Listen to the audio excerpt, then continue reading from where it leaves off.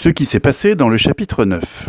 Maxime emmène Logiciel chez la victime qui vient d'être retrouvée morte devant son ordinateur à Saint-Ouen en région parisienne, Monsieur Boulazac. Celui-ci est mort d'un arrêt du cœur ou d'étouffement, avec une terrible expression sur le visage, comme s'il criait au moment de sa mort. Il s'était enfermé toute la nuit dans son bureau. En discutant avec la femme de la victime et avec leur fils, Logiciel et Max apprennent que c'est le fils qui a installé l'Omnia 3 de son père et que la famille Boulazac habitait près de Bergerac l'année dernière. Ils ont déménagé à Saint-Ouen à la mort de leur fils aîné.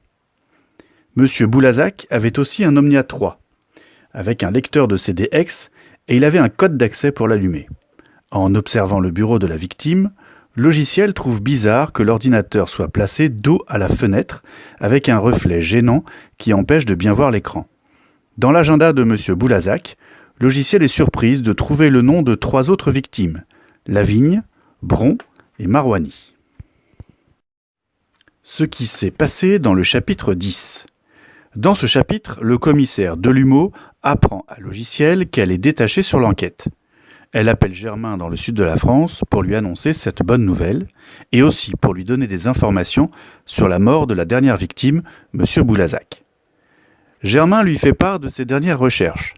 Sur les 6 victimes, 5 travaillaient dans la vente de meubles anciens. Pendant que Germain essaye de récupérer les carnets d'adresses des victimes, Logiciel et Max retournent chez Madame Boulazac. Celle-ci leur apprend que son mari prenait du Modiol, un médicament pour ne pas dormir. Ensuite, Max et Logiciel vont dans le bureau de la victime et ils essayent de trouver le code de son Omnia 3. Mais à chaque nouvel essai, l'ordinateur indique « Error ». Au bout d'un moment, Logiciel essaye le nom du médicament Modiol et ça marche. L'Omnia 3 se met à parler et dit « Bonjour Monsieur Boulazac, que désirez-vous faire aujourd'hui ?» Ce qui s'est passé dans le chapitre 11. En rentrant chez elle, Logiciel est abordé par Monsieur Kostovitch, dit Costo, le PDG de la NCF, la société qui fabrique les Omnia 3. Il l'emmène dans sa limousine et lui montre le journal dans lequel il est écrit « L'ordinateur, l'Omnia 3 a encore frappé ». Logiciel est étonné que le journal ait déjà toutes ces informations. Elle invite ensuite Monsieur Kostovitch à monter chez elle pour en discuter. Elle lui demande alors des renseignements sur le logiciel LTPG, mais M. Kostovitch ne sait pas non plus ce que c'est. Pour lui et ses techniciens, un petit génie en informatique a réussi à inventer un programme qui peut tuer son utilisateur. Et il le vend sur Internet. Les acheteurs téléchargent ce programme en ligne sur leur CDX, et une fois que le programme a tué l'acheteur, il s'efface automatiquement du CDX. M. Kostovitch veut aider la police, alors il prête un Omnia 3 à Logiciel pour mener son enquête. Après le départ de M. Kostovitch, Logiciel allume l'Omnia 3, un peu inquiète. Ce qui s'est passé dans le chapitre 12. Après avoir allumé l'Omnia 3, Logiciel fait tous les réglages nécessaires pour que l'ordinateur la reconnaisse et lui obéisse à la voix et à l'œil.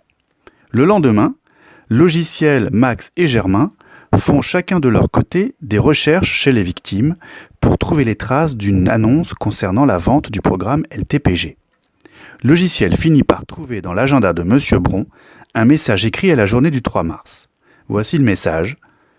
Se procurer LTPG, et une adresse http://www.peri97.24.fr.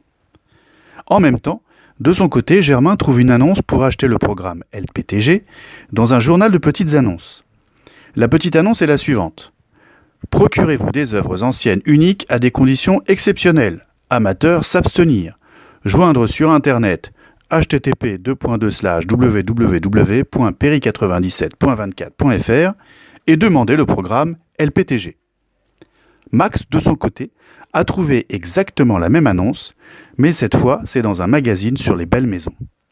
Logiciel décide alors de se faire passer pour une cliente et de laisser un message à cette mystérieuse adresse sur Internet.